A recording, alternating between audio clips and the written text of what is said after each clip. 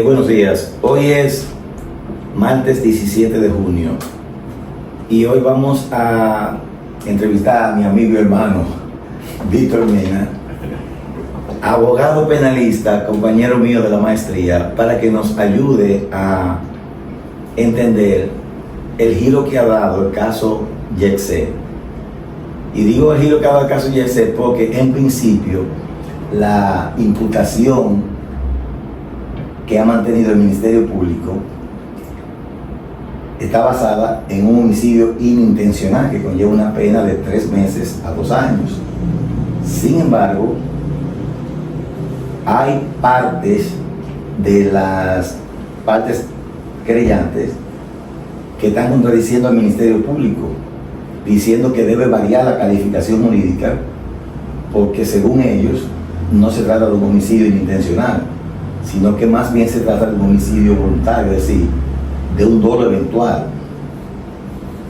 Vinimos aquí a preguntarte porque tú, como profesor universitario, como penalista, con maestría en Derecho Penal Contemporáneo, nos ayude a esclarecer esta parte para que el público, la gente que nos sigue en el canal, tenga una idea mucho más acabada y más clara de lo que está ocurriendo, porque la gente no es abogada en general y por lo tanto no entiende todo esto. ¿Tú qué opinas de este giro que ha dado el caso de Yexet? ¿Tú piensas que tiene razón el Ministerio Público en principio o sí tiene razón alguna de las partes querellantes en que debe haber una variación de la calificación jurídica? Mira, lo primero es que ese caso le están dando un tratamiento en cierto modo incorrecto. Incorrecto en el sentido de que se está planteando lo que nosotros hemos denominado en reiteradas ocasiones populismo penal. Okay. Ahí no veo en ninguna parte que exista un dolo eventual. Primero, por varias razones. O sea, si uno analiza tanto el homicidio del 295 en el Código Penal Dominicano actual, como el 319. Disculpa que te interrumpa. Para que la gente entienda, porque la gente no sabe qué es lo que es un dolo eventual. Sí. Explícale con palabras simples qué es lo que es un dolo eventual. El dolo eventual es una actuación por parte de una persona en un franco desprecio de la vida de otras personas. Okay. Y el individuo tiene la conciencia, el conocimiento, ¿verdad?, de que un hecho que él va a realizar puede provocar daño a otras personas, pero aún así él decide hacerlo. Y un ejemplo de eso es una persona que se pone en un puente y tira piedras en una avenida concurrida. El individuo sabe muy bien que esa actuación puede llevar la lesión o provocar accidentes donde pueden morir personas o pueden quedar heridas personas. Eso es lo que es el dolo eventual. De manera general es un dolo. De manera general, en términos llanos, términos explicativos. Perfecto. Y el homicidio imprudente es un delito, es un homicidio en el cual hay una falta de diligencia, en este caso, una actuación en contra de la prudencia, y es la calificación jurídica que le ha dado el Ministerio Público, que en este caso es el titular de la acción pública, que es el que persigue. Entonces, fíjate algo, tanto el homicidio del 295 como el 319 del Código Penal son delitos materiales que conllevan un resultado. Entonces, aquí podemos hablar lo que la doctrina alemana habla de imputación objetiva. Okay. ¿Qué es una imputación objetiva? Bueno, que la persona que realiza una acción, ¿verdad?, se le imputa de manera directa el resultado provocado por esa acción. Sí, pero Víctor, vamos. Sí. Yo quisiera que tú, además de la explicación que estás dando, nos centremos en el caso que utilizando como nombre a Antonio Espaillat y su hermano. Sí, en este caso Antonio Espaillat. Antonio Espaillat es la persona que está imputada, exactamente, como responsable del homicidio imprudente o intencional del cual está imputando el Ministerio Público. Sí, claro. Correcto. Entonces, ¿Cuál es tu opinión sobre él? ¿Tú piensas que él ha cometido realmente una cosa o otra? Mi opinión es que, o sea, a él no se le puede quitar la responsabilidad, pero es una responsabilidad muy especializada, el guardián de la cosa inanimada, que es una responsabilidad objetiva prácticamente. Esa es la responsabilidad de tipo civil que se le debe aplicar a Antonio Espaillat. Pero en el ámbito penal está un poco cuestionado eso. Primero porque para que haya un homicidio, tanto un homicidio, como le llaman los abogados involuntarios, que yo digo, un homicidio imprudente, que es lo correcto. Y de hecho el proyecto de Código Penal arregla ese error, el que se está conociendo en el Congreso Nacional. Tiene que haber necesariamente que Antonio Espaillat realice una acción. Oigan bien, realice una acción. Y esa acción de manera directa provoque un resultado, que es la muerte de las personas en sí. Ahora, la pregunta obligada: él realizó una acción estando en Las Vegas, Nevada, esa misma noche, porque él estaba fuera del país. Sí. ¿Verdad? No realizó esa acción. Un homicidio imprudente, conforme a lo que establece el 319, yo lo voy a explicar en términos sencillos. Sí. Digamos que una persona está limpiando un arma de fuego, está al mediodía comiendo con la familia, él está limpiando el arma y se le escapa un disparo. Y ese disparo impacta, por ejemplo, la cabeza del hijo, por ejemplo. Eso es un homicidio imprudente. Pero fíjate muy bien que ese individuo está realizando una acción, una conducta. Si la está llevando a cabo. La está llevando a cabo, cosa que es imposible que el señor Antonio Espaillat, estando fuera del país, haya realizado una conducta. Fíjate que no existe en la República Dominicana los delitos de omisión por comisión. Sí. Porque es necesario que la parte general del Código Penal, como en los códigos modernos, habilite o tenga una cláusula para habilitar ese tipo de delitos. No existe en la República Dominicana. No existe en la República Dominicana. Es decir, actualmente. La omisión impropia. La omisión impropia o comisión por omisión. O comisión por omisión no existe en la República Dominicana. Porque para eso debe existir lo que la doctrina moderna llama una cláusula de habilitación en la parte general de los códigos modernos. Sí, pero acuérdate que el público no conoce. No, yo lo sé. Por eso es que lo que significa es que yo voy a castigar la omisión como si fuera delitos de comisión. Eso es lo que significa. Eso. Ahora, listo. El código habilita para eso. Perfecto. Ahora, Víctor, no está en discusión de que solamente se comete delito con dolo o con imprudencia. Esos son los dos elementos subjetivos exactamente, del delito. O sea, o usted comete un delito con dolo, es decir, con voluntad, con conocimiento y esas cuestiones, que se deriva de la culpabilidad. O sea, no hay culpabilidad si el delito no se comete con dolo o con imprudencia. Perfecto. Ahora vamos a analizar esta partecita. Sí. Hay un grupo de los abogados querellantes que insisten en que la calificación jurídica que le está dando el Ministerio Público no es la correcta. Es decir, ellos dicen que no se trata, repito, de un homicidio inintencional, sino de un homicidio doloso, es decir, con un dolo eventual. Y yo te pregunto, tomando la explicación que tú diste de lo que es un dolo eventual, yo me pregunto, y yo no se trata de defender a nadie aquí, porque tú como abogado y yo como abogado sabemos de que el delito penal es un delito de actos, no un delito de personas. Es decir, aquí es distinto si fue Antonio Espaillat o fue Juan de los Palotes o quien sea. No, aquí no se trata de eso, de que si fue Antonio Espaillat. No, estamos tratando del tema de ese porque fue y porque le dueño. Tanto la omisión propia debe estar descrita en la ley penal. Sí, correcto, también. ¿Verdad?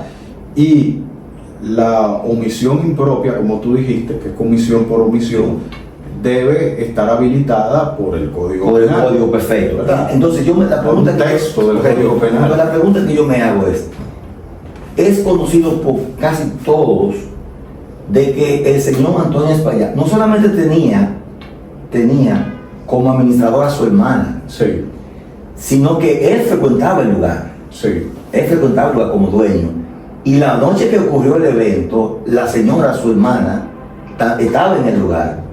Tengo entendido que estaba en el lugar. Y su esposo también. Claro. De hecho, creo que se vio herido él o ella. Y con esto No estamos defendiendo no estamos el absoluto defendiendo, y Antonio con Espaillat. esto tampoco no estamos defendiendo que no sean responsables. No, porque pero ellos sí son responsables Sí. por la vía de la responsabilidad. Sí, pero por civil. eso quiero llegar a ese punto. O sea, aquí no se trata que yo no estoy defendiendo a Antonio Espaillat ni a su hermana. Sí. Yo lo que estoy diciendo es, ¿cómo puede un abogado hablar de dolo eventual cuando tú lo acabas de definir claramente? O sea, si tú estás hablando de un dolo eventual en el que la persona está consciente del posible resultado que puede haber ahí. Es decir, asumamos que sí, que Antonio Espaillat tenía conocimiento de los problemas que tenía la estructura y que se podía derrumbar. Incluso hay una persona que aparece recientemente diciendo que se lo había advertido a él, que tiene pruebas de que se lo había advertido a él. Vamos a suponer que sí, que todo eso fue así. Y que Antonio tenía conocimiento de que eso se podía derrumbar en cualquier momento.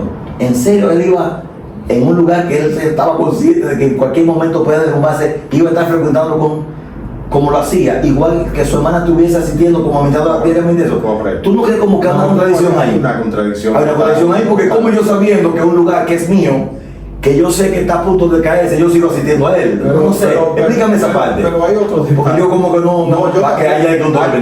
ahí hay una contradicción porque se supone que no frecuentaría. No lo haría. No lo haría, ni ella tampoco, pero era la administradora. Pero hay otro detalle, a mí me gusta siempre escudriñar, Ajá. siempre. Y es que cuando uno analiza el 295 del Sí. Código Penal, que dice el que voluntariamente Correcto. mata a otro se hace reo de homicidio, Sí.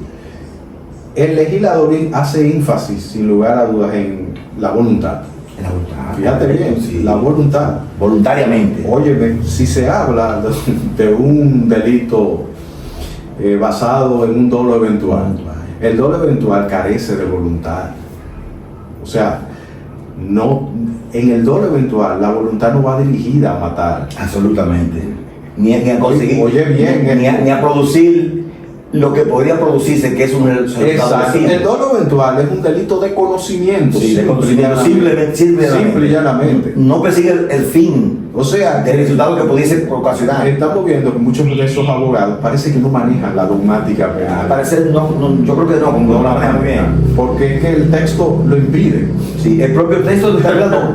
Porque Exactamente. está hablando de la voluntad, exacto, es un delito de conocimiento. Sí. O sea, el individuo está consciente de que puede producir un resultado lesivo. Lesivo, o sea, que Aún así, él asume asume el riesgo y lleva a cabo su conducta. su conducta. Pero- Ahora, cuando tú tomas ese sujeto activo, que en este caso es Antonio Espaillat, y lo lleva al escenario del derecho y dice, wow, o sea, este hombre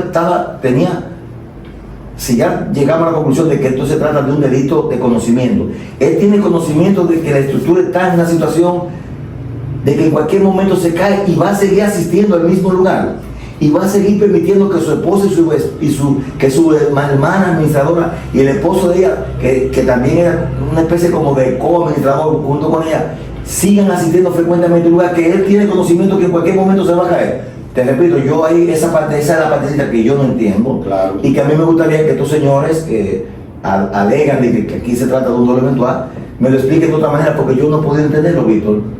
Danos luz un poquito más sobre eso. Cuando se habla de voluntad es dirigido a la realización de De un acto, ¿verdad? De un fin. Exactamente, de un fin.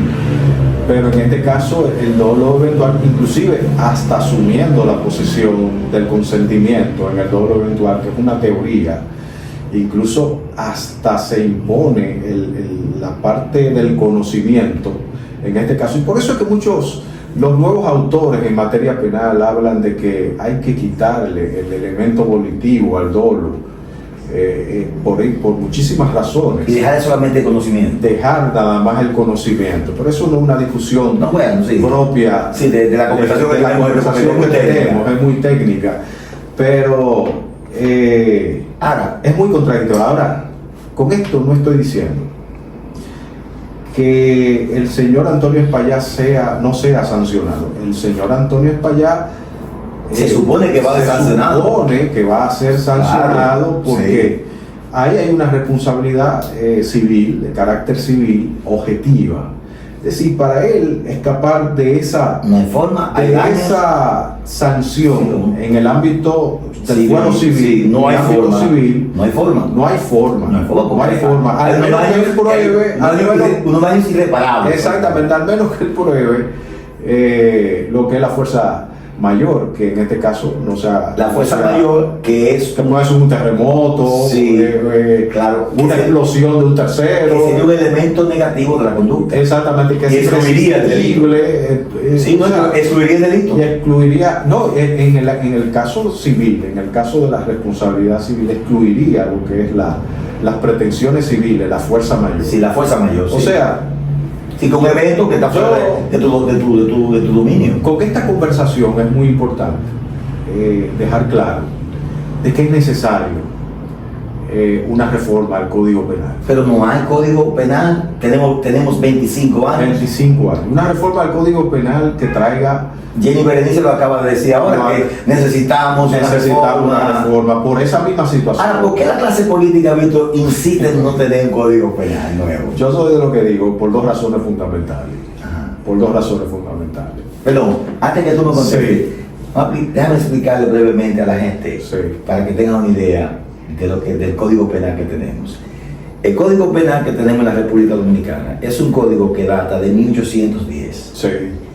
Y ese código se tradujo en República Dominicana del francés al español en 1884. 84. Es decir, estamos hablando de un código que tiene una cantidad significativa de años prácticamente intacto. De hecho, creo que la última modificación que se le hizo al código fue la ley 2497. Sí. Es decir, vamos prácticamente casi para 30 años de la última modificación que se le hizo a ese código. Entonces, estamos hablando de un código que debería ser una vergüenza para nosotros como dominicanos. Modificación importante. Sí, importante. La ley 2497. La 2497. O sea, estamos hablando de que para nosotros los dominicanos debería constituir eso una vergüenza tener un código de 1884, un código que habla todavía incluso de penas de 5 y 10 y 15 pesos. Sí. Sanciones pecuniarias. Entonces, yo la pregunta que te hago es, ¿por qué la clase política insiste en torpedear, insiste en no concretizar, en no hacer posible que la República Dominicana sea dotada de un código nuevo y moderno penal para que la República Dominicana esté acorde con el derecho penal internacional de este tiempo? Yo tengo mi opinión, y es una opinión particular que puede ser tuya y puede muchas personas pueden estar de acuerdo o no. Mira, Ulrich Beck, un sociólogo, habla de la sociedad del riesgo. Vivimos hoy día en una sociedad del riesgo. No hay duda. Todos los códigos modernos son códigos para prevenir riesgo. Hoy día, en la actualidad. Son preventivos. Son preventivos. Primero, yo creo que la clase empresarial es la que no quiere ese código. No la clase política. No la clase política tampoco. Ah, bueno. Pero yo le voy a decir las dos razones. Okay. La primera razón es que ese código trae la responsabilidad penal de las personas jurídicas, planteando... La persona jurídica, explícalo. La persona jurídica es que a las empresas, a las sociedades comerciales, a las asociaciones se le va a perseguir penalmente. Okay, a las compañías. Claro, no se le va a aplicar una pena de cárcel, privativa de libertad. No hay forma de meter preso. Una forma de meter preso un edificio, llevar un edificio a una cárcel. Eso es imposible. Pero sí se le puede suspender las operaciones. Se le puede, por ejemplo, cancelar el registro mercantil. Esas son las penas aplicables. Ahora, el Código Penal, el proyecto de Código Penal trae un sistema de doble vía, un sistema de responsabilidad penal personal y un sistema de responsabilidad penal de las personas jurídicas, y son dos vías diferentes para evitar la doble, ¿verdad? La doble incriminación. Y no es un sistema de cascada, sino de dobles vías. Entonces, a una empresa se le va a perseguir por no seguir un programa de cumplimiento. Oye bien, un programa de cumplimiento. ¿Qué es un programa de cumplimiento? Es que el empresario practique buenas prácticas, valga la redundancia, O sea, que realice buenas prácticas. Sí, pero tú no se me sacas del tema. Es decir, o sea, todo lo que estás diciendo es que eso protege a Yesset como empresa. Como no existe eso. No existe, por ejemplo. O sea, Yesset se está beneficiando de esto. Sí, claro, se está beneficiando. A eso que quiero, porque el tema es Yesset. Porque si existiese la responsabilidad penal de las personas jurídicas, sí, en este momento, antes del evento. Exactamente, la empresa Yesset fuera perseguida penalmente. Ok. Perseguida penalmente. Ahora solamente porque omitió buenas prácticas. Okay. Y una de esas buenas prácticas es supervisión, autosupervisión, autorregulación. Por ejemplo, un hotel de Puerto Plata. Nosotros somos un sitio turístico en Puerto Plata. Un hotel que no supervise, por ejemplo, que el salvavidas, que esté en la playa observando y que tenga todos los equipos necesarios para salvar un turista que eventualmente se ahogue, por ejemplo, está violando un programa de cumplimiento, sí, claro. Una obligación de supervisión. Sí, para ello señala. Exactamente. Que se incumple con ese programa de cumplimiento, entonces eso puede ser una razón para perseguir a una empresa. Hay algunos autores que dicen que es la administrativización de lo que es el derecho penal, pero eso es el derecho de riesgo. El derecho de riesgo. Entonces la clase política. La otra razón. Dime la clase política razón, que no quiere un código penal moderno. Los tipos penales contra la corrupción. Que tienen altas penas, que tienen una serie de conductas o sea, lo que tú estás diciendo es que hay una parte de las élites políticas en República Dominicana que es claro que no quieren, no les interesa un código moderno con estos nuevos tipos penales, porque traería castigos, sancionarían, criminalizarían una serie de conductas que hoy día no existen. Por ejemplo. Y como hay un principio que dice nullum crimen sin ley, o sea, sin ley no hay crimen.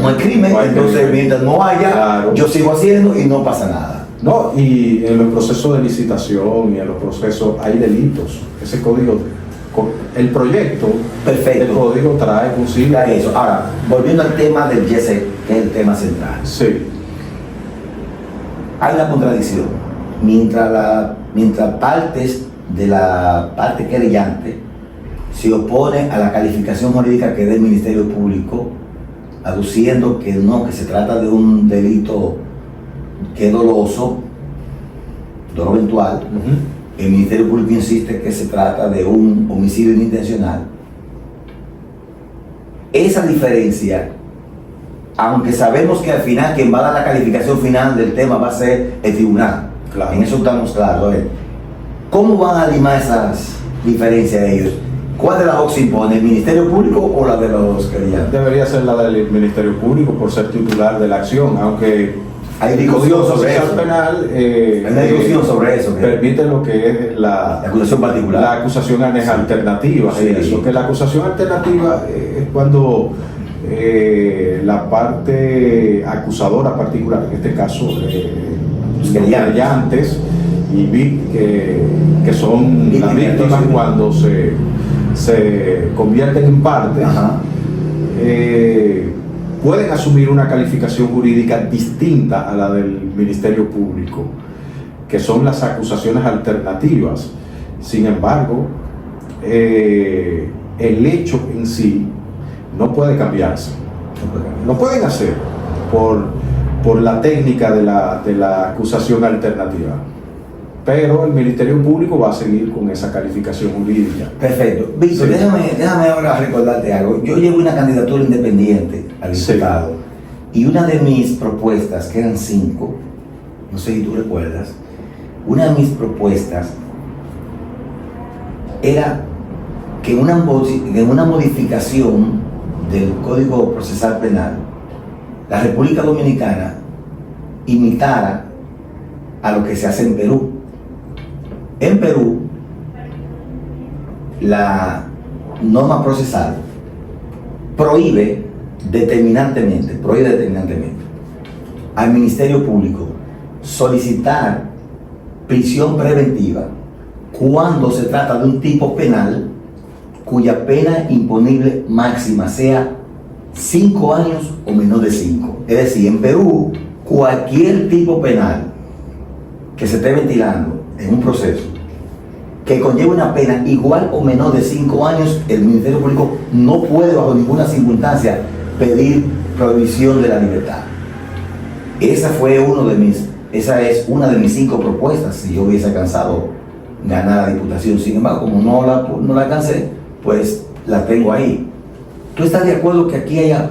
Porque fíjate que en el caso de ahora, del caso Yeser, tomando en consideración la acusación del Ministerio Público, que es de homicidio inintencional, si tuviésemos una norma como esa, como en Perú, no tuviéramos, como mañana que se va a realizar la audiencia, la vista de medida de coerción mañana miércoles, no estuviéramos hablando de solicitud de medida de prisión preventiva.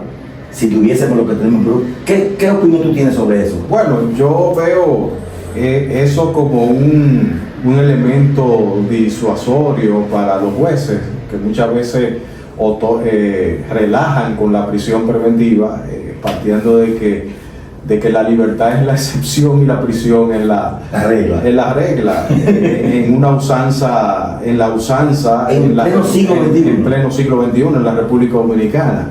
Eso sería como una solución, imponerle esa situación, pero a mí me parece que también hay que analizar otros factores, por ejemplo, en ese tipo de delitos, si se asume la rebeldía y el individuo lo declaran rebelde, ¿qué pasaría en este caso? ¿No se le impondría la prisión preventiva para evitar que de nuevo evada lo que es la responsabilidad de cumplir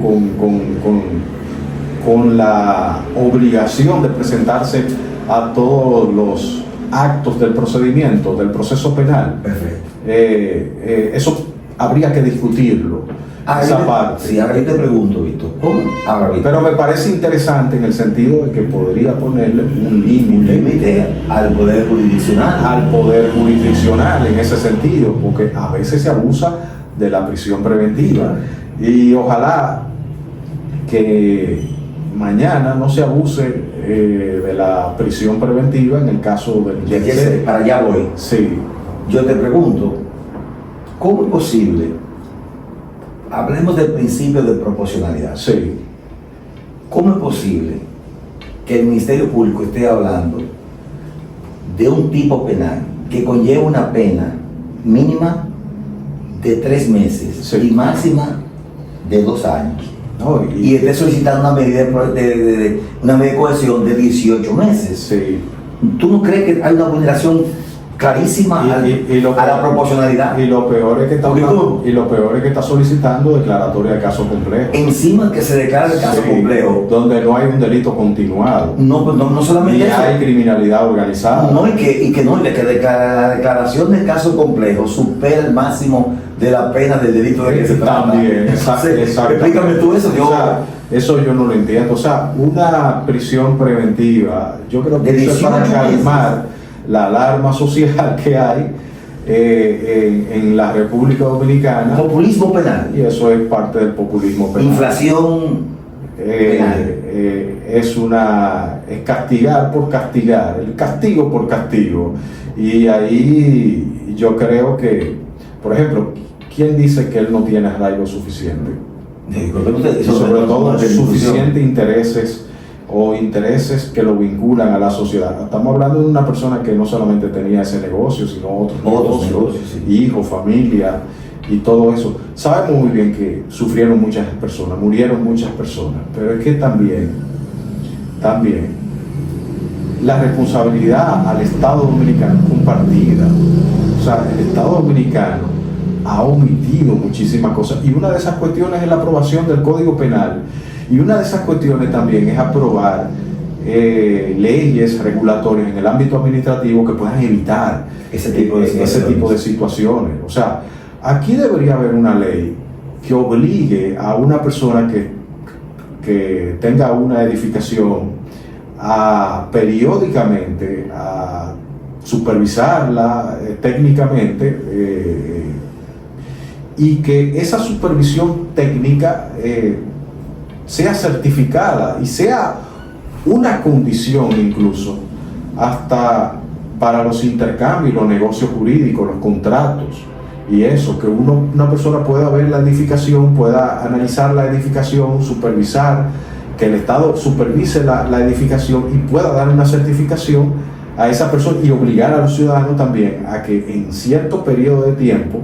puedan verificar las estructuras de la casa o de la edificación para poder evitar esa situación y que tenga una certificación. Okay, y que eso sea una norma, en cierto modo, que pueda servir de una debida diligencia al momento de uno, por ejemplo, comprar un inmueble.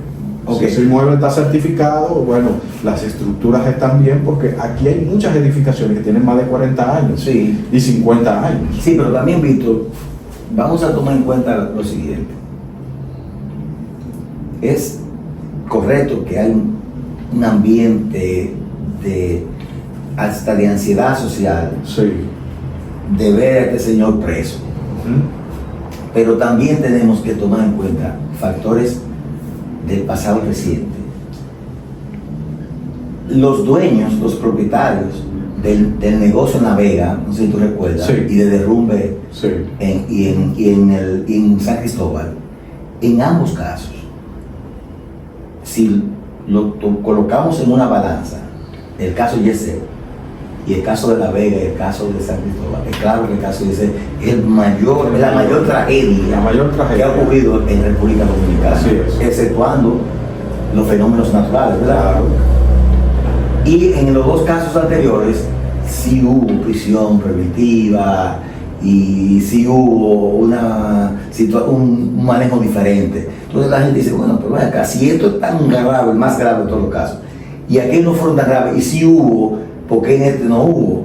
Pero también tú y yo como técnicos, como abogados, sí, como penalistas, sí, también entendemos de que, oye, es verdad de la gravedad, pero también los tipos penales no son los mismos, probablemente, ¿tú entiendes? Claro, pero hay un detalle, es como dice Eduardo Jorge Prats, la igualdad en la arbitrariedad podría darse. ¿Tú sabes lo que significa claro, eso? Sí. La igualdad en la arbitrariedad. Bueno, sí.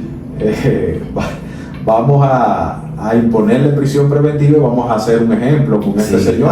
Porque es rico, porque es rico, porque es famoso, es dueño de medios, y la gente a lo mejor que es contraria a la línea de esos medios, claro, no lo ve bien a él. Entonces, ojo, no es que no sea responsable, es responsable, sí, pero por otra vía, es decir, la vía civil, okay, en este caso. Finalmente, Víctor, en tu opinión, porque yo sé que tú has, como yo, seguido el caso muy de cerca y lo seguimos, y mañana, si Dios quiere, vamos a estar pendientes de lo que va a ocurrir con el conocimiento de la vista de medida de coerción.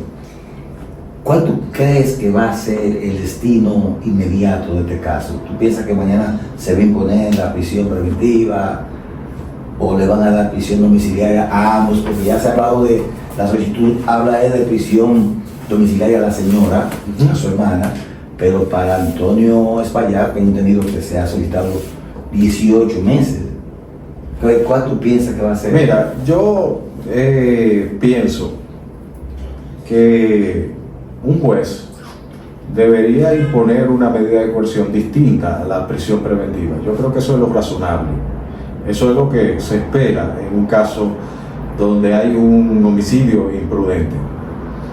Que haya creado una alarma social, sí, entendemos eso y entendemos también el sufrimiento de la gente, pero eso no puede implicar que se imponga la prisión preventiva, que debe ser la excepción de todas las medidas de coerción.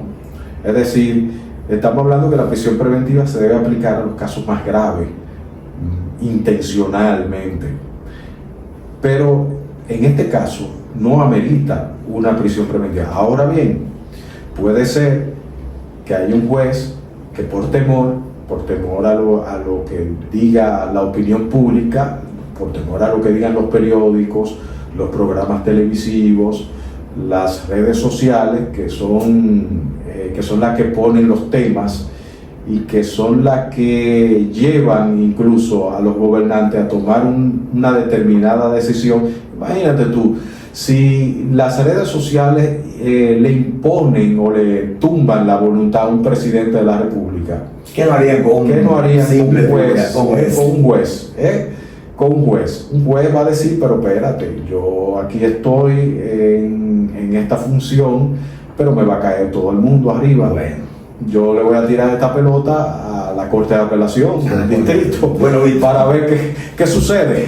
Bueno, Víctor, muchas gracias por aceptar la invitación de que viniéramos a pedir tu opinión, y a ustedes, amigos y amigas de nuestro canal Directo con Edgar Moreno. Lo que hemos querido es llevarles a ustedes la opinión calificada de una persona que yo conozco muy bien, sé los conocimientos que tiene y la objetividad que tiene, para que nos aclarara y nos dé luz de cómo se está manejando el tema del caso Yesé, para que usted se forme su propia opinión.